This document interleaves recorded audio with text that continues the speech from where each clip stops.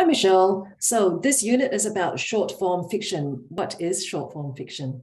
Okay, so I guess the reason we've called it short form fiction is because there isn't just one form of short fiction. We've got the wonderful short story, which people often know from, sort of Edgar Allan Poe to Raymond Carver to Grace Paley to, all of those sort of short stories that are like a little slice of life that have that intensity of language.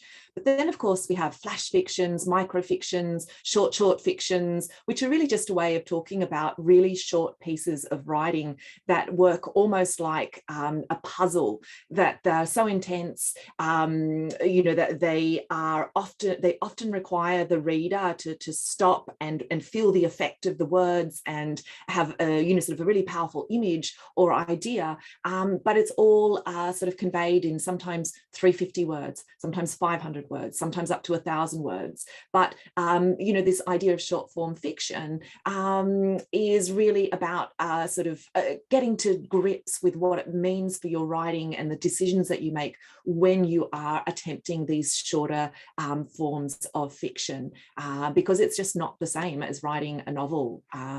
There's lots of different decisions to be made when you're telling the short story or the short form fiction.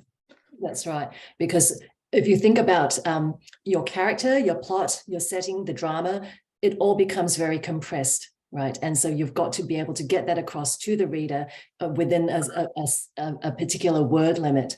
So the techniques are different. And that's some of the things that are explored in this unit. Tell us a little bit about the kinds of activities that students will learn.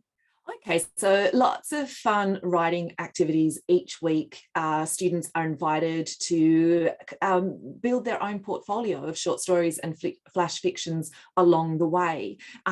So each week has a selection of exercises for students to try, and it's really about experimenting, being bold, and exploring what happens to your writing when you put yourself through sort of different hoops. And then, of course, at the end, there's a choice of either, sort of throwing yourself into microfiction and submitting 3 or 4 little microfictions or a short story. So there's the opportunity to see which of those forms really speaks to you and then develop that one for your final. And hopefully get the chance to perform them out loud as well. Absolutely. Okay. All right. Thanks, Michelle.